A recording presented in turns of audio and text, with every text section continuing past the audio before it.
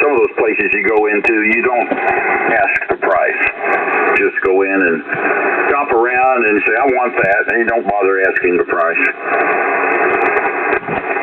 California either, you just pick it up and take it. Yeah, I've followed some of that news. There's I know the North Carolina public broadcasting is different than Georgia quite a bit. My wife is really into that up there. We have an outside aerial pointed east, and she picks up over the air stuff plus over the cable also.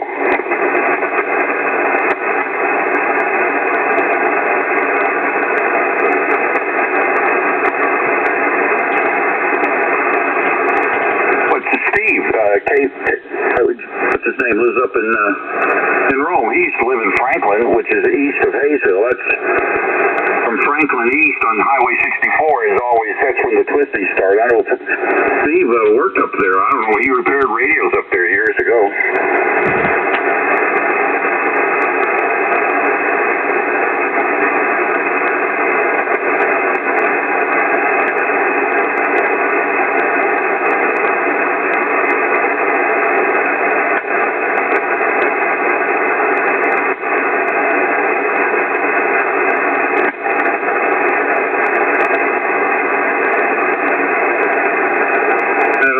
Still not moving on its own.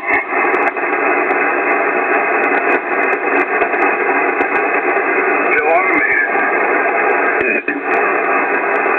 Yeah, like STA. So, Glenn, you're looking at the future of possibly retiring and living in western North Carolina, huh? Yeah, no, I'm looking at a potential vacation week up there somewhere. Oh, okay, I got you. Yeah, no, man. I like it better at the coast, but I may never be able to retire. My daughter keeps doing this thing about going to vet school. Oh, yeah. Old lawyers don't retire very much anyway, though we usually just kind of hang around until we can't handle anything anymore, and everybody around the courthouse laughs at us. I'm about there now. Yeah. Yeah, talking to being a congressman, you can work till you're 80 or 90, whatever. And then I told him, I said, then we'll seriously talk about if you want to go to law school or something like that. But he's kind of dismissed becoming a police officer. And then he was thinking about time for that right now. Yeah. So he's still, he'll be 21 this month, and he's got a lot to learn. So I told him, stick your nose in the grindstone, get that bachelor's degree, then we'll see. Yeah, what's happened in the legal business, there are not many lawyers like me anymore that'll take on just about any kind of case. Most of them do very specialized type of work. And, you have your litigation attorneys that'll just, I do litigation even though I'm not, what I would call a dedicated litigation attorney. But, things around the courthouse change a lot, and, I just go over there and ask the ladies, like, this is what we got going on, what do people usually do with this? And, you got any cases that look like this? And I go look at and, look at the fight anyway, whatever. I just that's the way I deal with things. And they used to kind of laugh at lawyers that did that, but anymore they understand because, every courtroom they go to, if it's domestic court, there's nothing but domestic lawyers in there. Yeah. Sounds like the medical profession when Obamacare kicked in, I know a lot of these hospitals went in and bought up all the private doctor's offices, so to speak, and then they're all part of the hospital network now.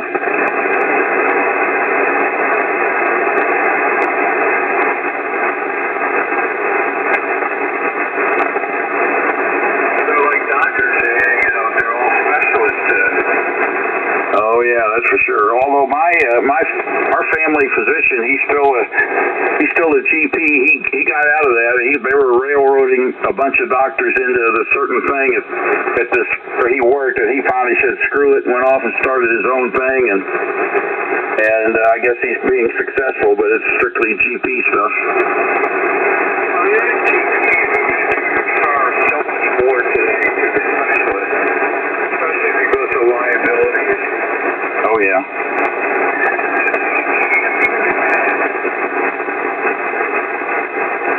Most distractions anymore. Everything you do the wrong person because they're afraid something goes wrong, and there's going to be a problem for them. Oh yeah. Of course, my dentist, he's the same age I am, and he still does that. But you're right. A lot of and his daughter now is one of his partners. She's a dentist. So they've gotten into this, what do they call it? They put in replacement teeth or something. Tied to the bone. Yeah, implants. Yeah, that's the big thing now. Wow, in Georgia, boy, that's a big deal. I had a fat wallet for one of them. $4,000. Yep, that's for sure.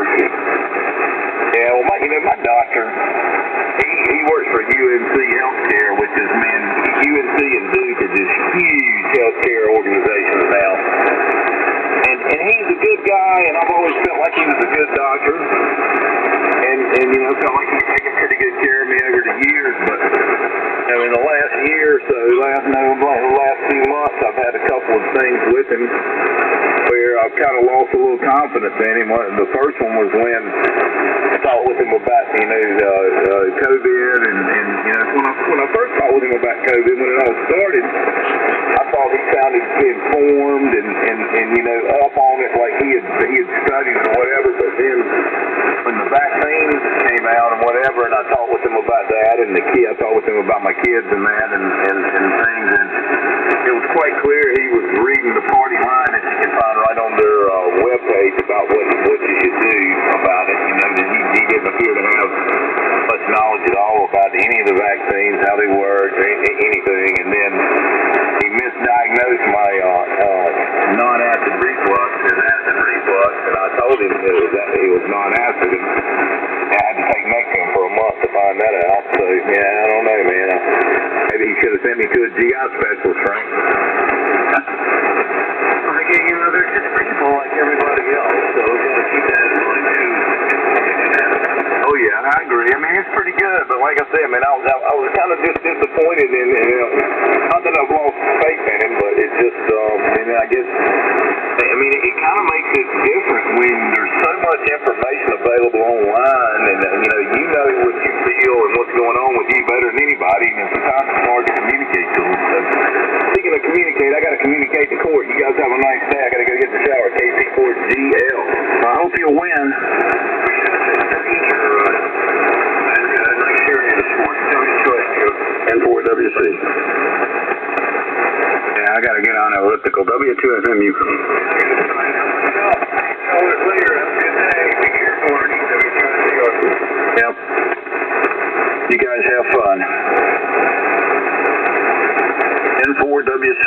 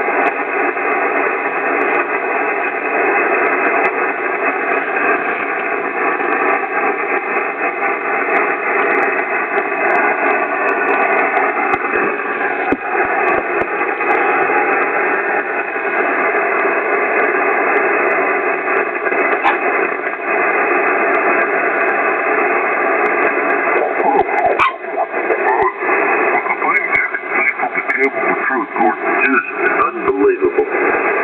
Yep. Every now and then you look out the window and look down and go, holy cow. I can't think of anything that I haven't witnessed from the driver's seat. I mean, really.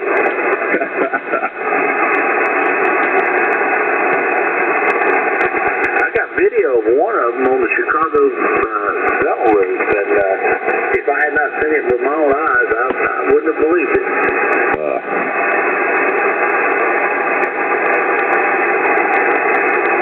The Chicago Belt Route, honestly, you need to keep both hands on the wheel and your eyes on the road straight ahead. That's not the place to be playing. No, that's a fact. Only ran that thing one time. The rest of the time I went through the middle of town at 3 a.m. That's a good time to go through town.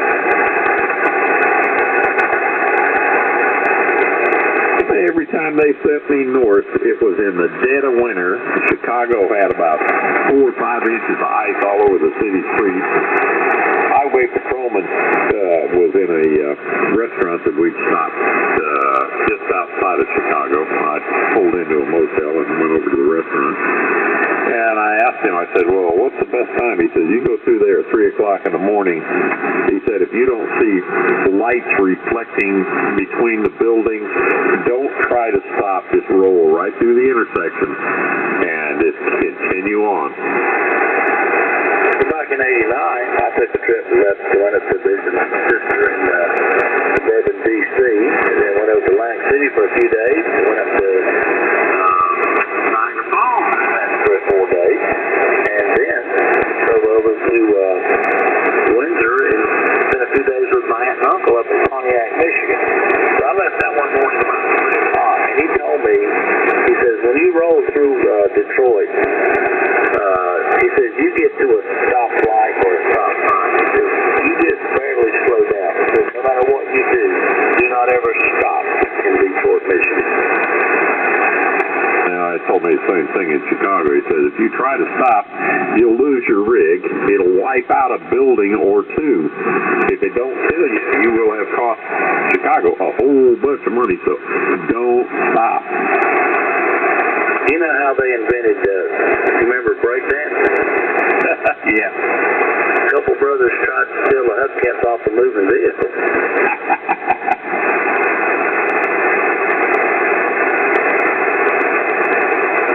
I'll tell you what, I left out of Los Angeles one day heading down to,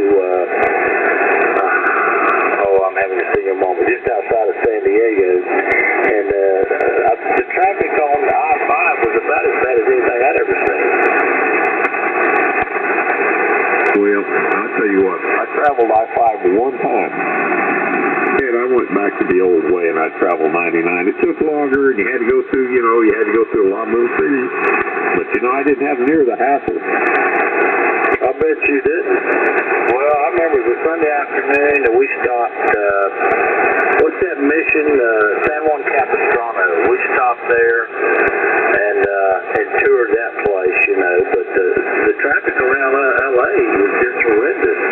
So, another time I made a trip from San Francisco down to L.A., I just took my time and went down Pacific Coast 1. That was a really nice drive. Yeah, 101, one alternate. That was a beautiful drive. Of course, they have to rebuild it every couple of years. It washes out. Yeah, I remember my late wife asking me, said, wouldn't you like to live here in the Big Sur area? And I told her bluntly, I said, listen, if someone gave us the property, we couldn't afford the tax.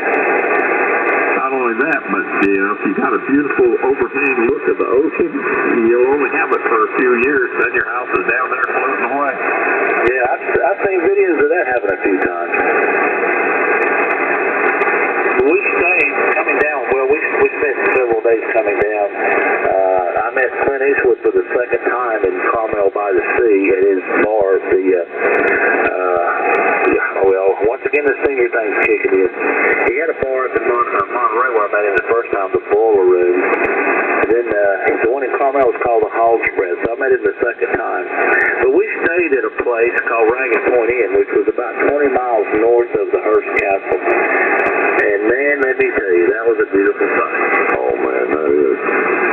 Yeah, I have actually, there's an area you can go down to that's only a couple of houses off of where he had his house on the beach, and parked down there. I guess it was, don't remember what year it was, but it's back there when he was living there, but he wasn't obviously at home. But I got to see from the sandy side. I got to see his house. I didn't try to find the rest of it, but we walked down the beach, and that was it was interesting. Whose house was this? Eastwood has one down there, not far. Okay. Well, he was a nice guy. First time I met him was around 79, I believe, and we were at Cannery Row in Monterey, and walked in, sat down, and I remember the group playing with the Tower of Power. I know you remember them. Nice brass band. And the guy, my buddy told me, "Could you come in for a surprise?" So waiter comes up and asks if can help us out. I wasn't paying any attention. I looked up, and lo and behold, it was Clint Eastwood was waiting to take him. He owned the place. Yep. And during a break, there wasn't that many people there at that time. I got to meet some band members. One of them actually sat down with us, but I always liked the music of the Tower of Power. Yeah, I never met Eastwood. Never did that, but it was an afternoon, and went down. My brother and my mother and myself and my wife, we all walked down on the beach, and my brother said, "This is Eastwood's house." I went, "Wow." That's kind of neat, but didn't see him or anybody around. It was right at the edge of the fall season, and there just wasn't much going on. I've seen Andy Griffin's house. Who? Andy Griffin. Oh, that was neat. I've been to his house a couple of times. Is that the one down the coast or up in Mount Airy? Mount Airy. Yeah, we've been by there. Well, one thing I did, a couple things I did in San Francisco. I took the boat out and took a tour of Alcatraz. I also took a tour of that USS Pompano, that submarine that died in the Fisherman's War. Me and you wouldn't have fit in that thing.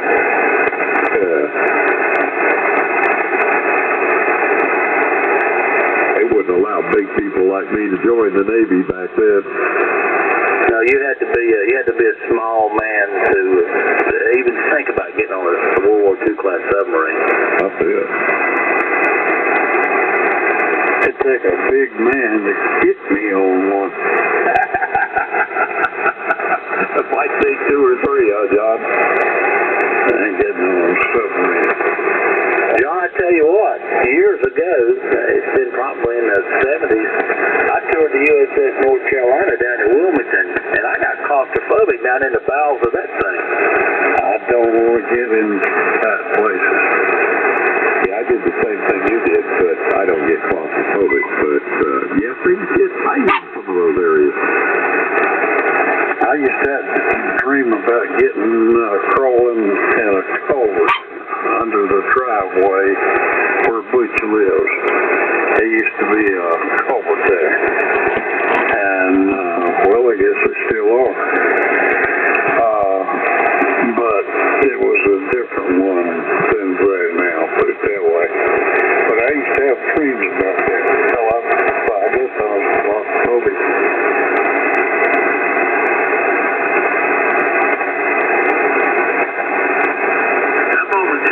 Got trapped. I was wearing either an MSA or a Scott Air Pack. This would have been somewhere between 70 and 73. Got caught underneath a burning cotton mill in High Point, and it just scared the life out of me.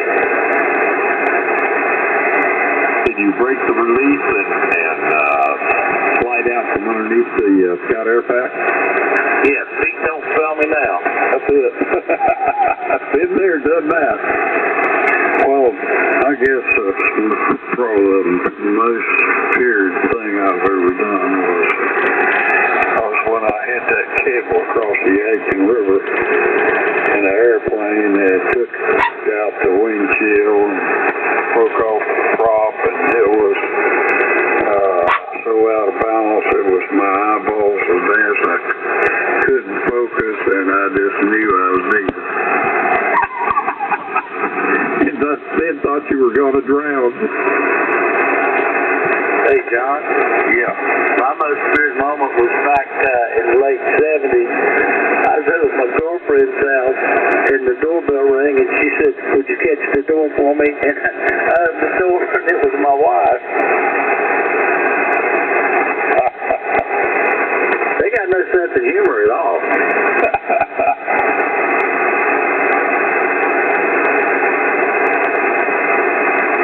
Next thing I know, they sent me out for a couple 6-packs of beer. I knew it wasn't going to be good.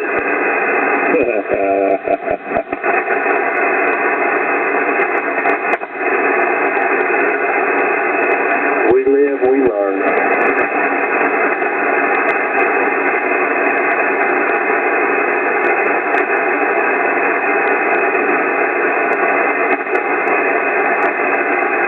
Never her house or your house. Make sure it's a no-sell hotel.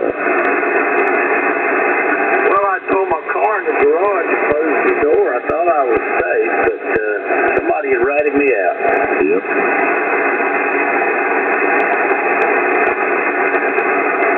And you know what they say, hell has no fury like a woman's scorn. Yeah, and shortly down the road it was divorce. Well, I'll tell you when it got real tense. When my wife told her, says, "Well, I don't much care to have sex with him anymore." The other girl said, "Well, he's the best I ever had." She'd have been smart. She said, "You ain't had much, have you?" I tried to sink down between the cushions.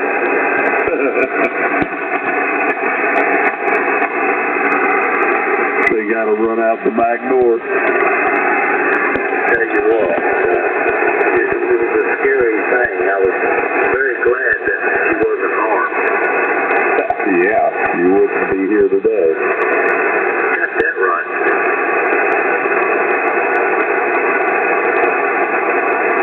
Well, I hear my bride up, and we got to get ready to go to the doctor's appointment in a while. So you guys have a nice day. Enjoy the rain.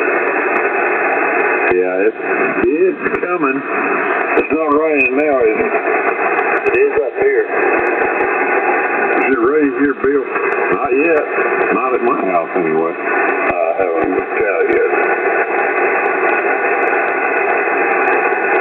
It should be here about 9 o'clock. That's what they're predicting anyway. We can get a band off of it. All right, well, y'all stay safe. We'll see you later. W4BW1. A4WJM. Later, Butch. Hey, Bill, don't forget to email me that information. Yeah, if not, don't worry about it. I'll put it in later. Okay, well, the icon's already up there, so you can always register it yourself. And I guess you notice with Google Chrome, you can set it up so it'll open up however many tabs that you want when you open up the thing up. Yeah. All right, well, we ought to have it ready to there. I want to play with it some more today to do some final stuff. And we'll see y'all later. W4BWY. Roger, roger.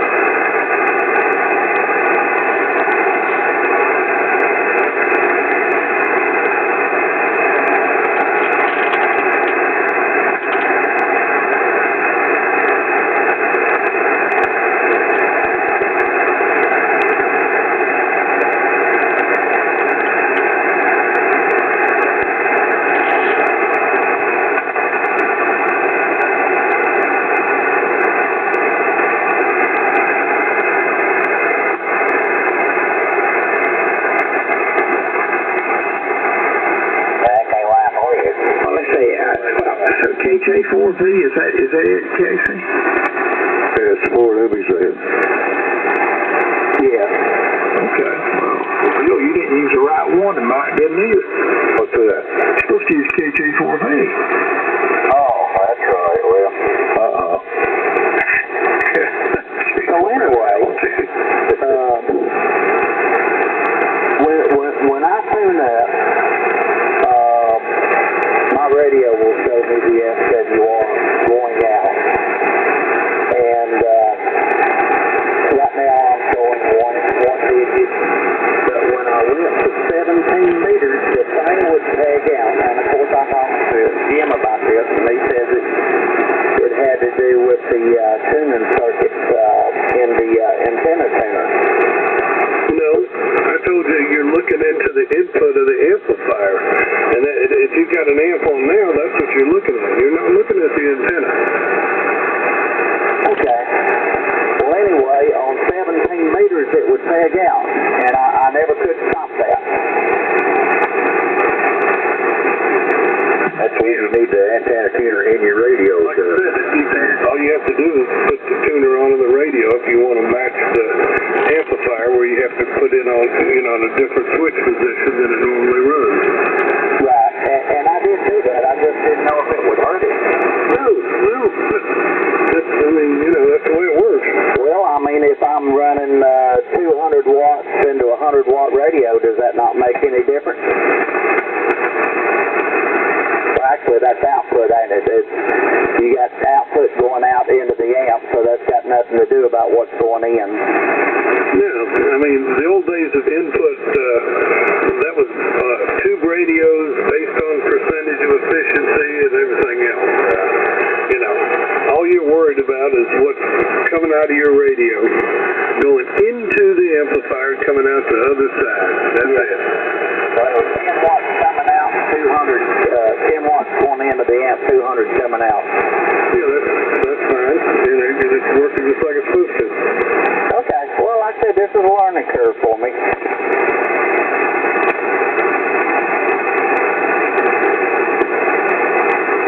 When you're sitting around with nothing to do, you gotta look for things to do. So yesterday, I haven't had used this W4 for I don't know how many years, but it's been sitting in the closet. I thought, well, I'm gonna hook it up, and of course it's got the Bill's decreeing board in it. And man, that thing just works so smooth. I think I'll just leave it in line. Is that what you're on now, Bill? But yeah, I got it hooked in line. The W4 1 here. I really like this thing. Do you have a PEP kit in it, Bill? It does, yes sir. Yeah, I got one here too, man. It does a number on the W4. Oh yeah, man, they work so smooth. Now, of course, the tuner over here, it's got that double meter on it, I can watch that, but man, that's just something about that old slow-moving needle on it. That board just looks so good. Yeah, I like the analog. I don't like the soft needle. Feel you on the Alpha. I love the Power Master. There's nothing like the digital readout. I'd love to have one of those. No, I'm on the AL80B, Mike. Oh. I think you understood like I did to start with, Mike. I thought he said 74. He was talking about the Alpha 74. Oh, okay. Yeah, it was 8874. Yeah, I thought he was referring to the, what is it, 374? It is, that's what I got, yeah, but I'm not on it now. I'm on the Marathon. That was the 374 place. Oh, smooth, man. That thing smooth as silk. Mike, did you get all the work done on your house? All your roof work and everything good now? Oh, yeah. Everything's done. Only thing, Shirley, guess you get tired of hearing about her. Lord have mercy, I don't know what I'm going to do. Can't hardly get around. She won't listen to me. Every time I pray that the Lord will give me all her pain. I'm older than she is. She's a better person than I am. She's a better Christian. Every time I pray that the Lord will give me every bit of her pain and let her go praying free for the rest of her life. And I more or less beg the Lord, but y'all don't want to hear that. Go ahead, Chess, what up, dude? Well, that's fine, brother. You know, anybody who loves this sounds that much, that's great. I'll take it any time, Casey. I'm ready. I mean, I've told the Lord I can handle it. I can handle it. I just wish she was pain-free, but she will not listen to me. She needs to be in the hospital now. She won't take me. I mean, she won't let me take her. She can't get around. I don't know what I'm going to do. But anyhow, y'all go ahead and talk about something a little better than that. You know why? Than my problems. Well, I'm sorry to hear that. I'll definitely keep you in my prayers. Yeah, we don't never know what we're going to go through, Mike. In this lifetime, that's for sure. Well, I'm serious with the Lord.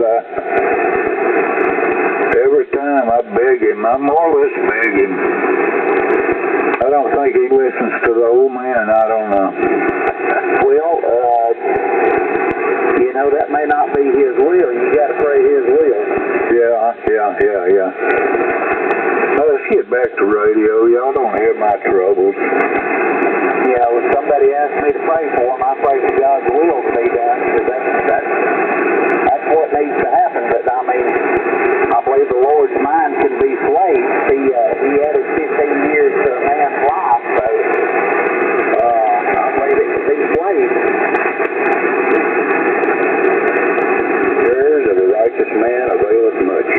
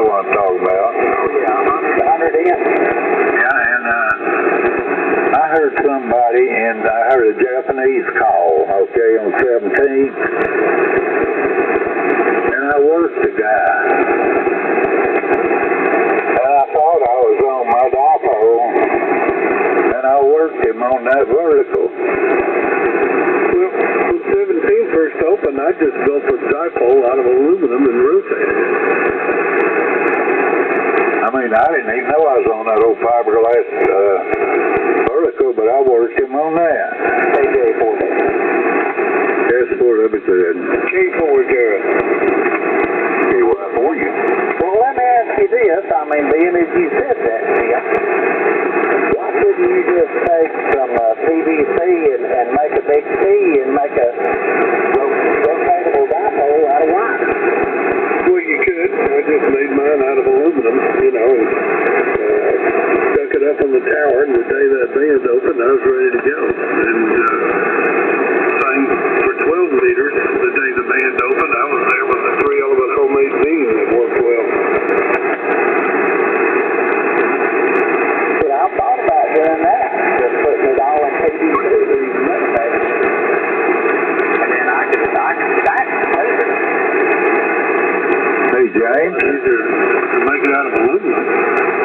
James, you still in there? James Jordan. I guess James has left, hasn't he? You never know about him. His staying power is getting way less. I remember one time Jim Thompson was getting over back surgery or going to back surgery, and he wanted me to get up on his roof and put up one of those fiberglass verticals, and I had it like maybe 20 foot up, and OPU said, wait a minute, Mike, I found another piece of pipe. I said, okay, hand it up here. So I loosened that first section up and put that section PU gave me in there and stood the vertical up on it, and at the time I got that done, I got down, I looked up at it, and the whole thing was at a 45-degree angle, and I said, Jim, what if you give me grandpa for the middle of it? And we laughed. That must have been some old conditioned pipe. I don't know, man. That must have been in old condition because, man, that is like a big piece of rubber up there. Bend in the middle, huh? Yeah. I'm sorry, Mike. On this stuff when you have a chance to acknowledge it. Oh, sure, that's okay, buddy. I've got to get. Good to hear everyone, and we will hopefully catch you next time. K4FLG, on we go. Have a good day. Good morning, JJ. Good Lord willing, we'll catch you better. See you, James. Always enjoyable, my friend. See you, James. I'm going after a cup of coffee, guys. I'll be back. Yes, Sport up his head. I'll leave you some breadcrumbs so you can find your way back, Mike. I need to, don't I? Some people leave, they don't come back. I love my power star. Well, I say I'm pretty guilty of doing that, Casey.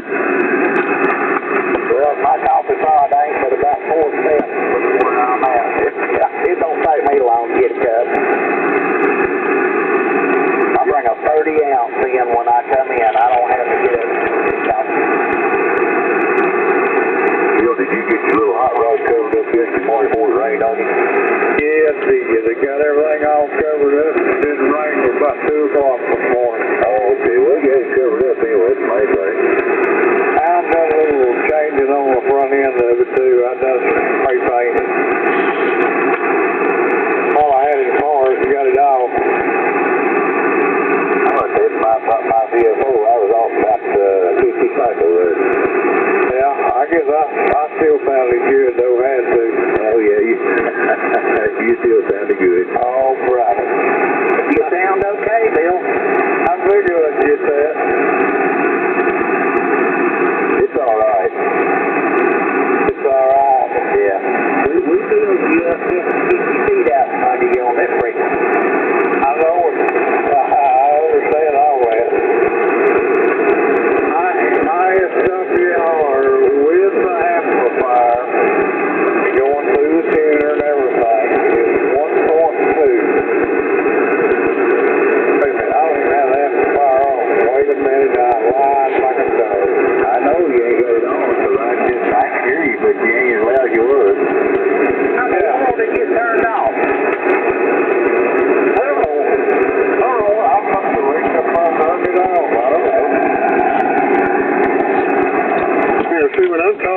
looking at the watt meter so I know if anything weird's happening. I don't ever look at nothing until I go to tell them I'm good in there.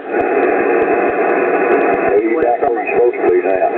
I'm 1.3 right now. Went from about a 7 to 20. Yeah, my SWR is 1.3 with the amplifier on. I love my Power Star. Well, they are good tuners, Bill. Ain't no doubt about that. Which one you got? The 2000? I got the 2000. I'd like to have one you got, but I ain't got the room for it. Well, they're just the height thing. The width and the depth is not a lot of difference, just the height. Oh, just the height? Okay, I can stand that. Well, I can't believe Woody's not in here and Larry's not in here yet. Well, they're lurking. They'll be here. They're listening. Yeah, I wish you wouldn't say that very loud, too many times anyhow. He does have a tendency to call people out of the woodwork, don't he, Bill? Yeah, it do. The sound like single kids, you have to say, Woody. Hey, he ain't gonna quit, is he?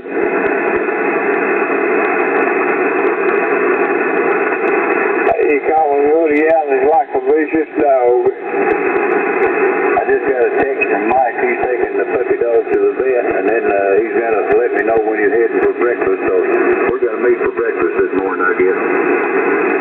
Yeah, that's good. He got, how many dogs he got? 3 pups, I believe? Yeah, 3 pups, and then the older dog, yeah.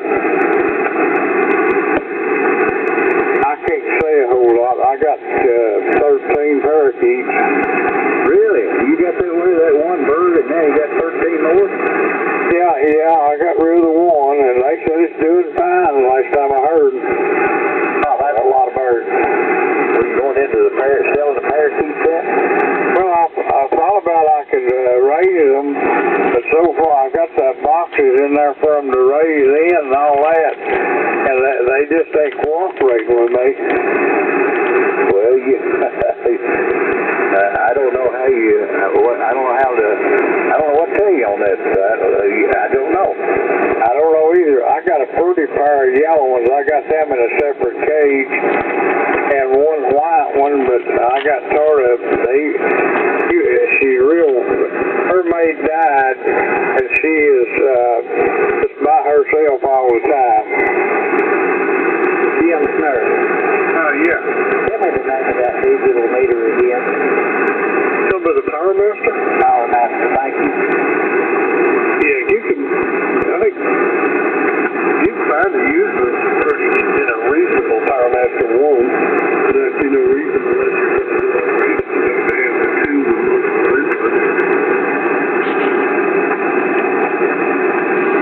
Well, I had you found, baby. You got to have what you think is reasonable. That's the whole problem on these things. Well, that's what you got, isn't it, Bill? Yeah, I've got a Power Master. I love it. I mean, they do sell them brand new, right? They do, and if I tore this one up, if I couldn't find a good used one, I'd buy a new one. Oh, this one quit working today. I'd be on the phone in 2 seconds. Yeah, that's what I'm talking about. I mean, I've got 2 or 3 other watt meters sitting here I use for testing. It wouldn't even be close. And the second I determined this thing needs to be fixed, I called up and I'm going to send it back to the technician. In the meantime, $7,700 buy it. Well, they're real good on standing behind it. They fixed mine. There wasn't nothing wrong with it. Just where I bought it at, and I didn't trust him. But I heard about the reputation for these folks, so I bought it, opened it up, looked at it, put it back in the same box it was packed in, cut the guy's name off of it, sent it back to him, and it cost me $10. They gave for it. Gave for it, Jared.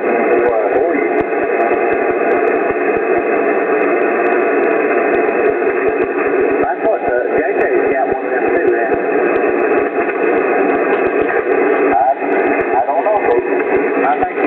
Thank you, sir.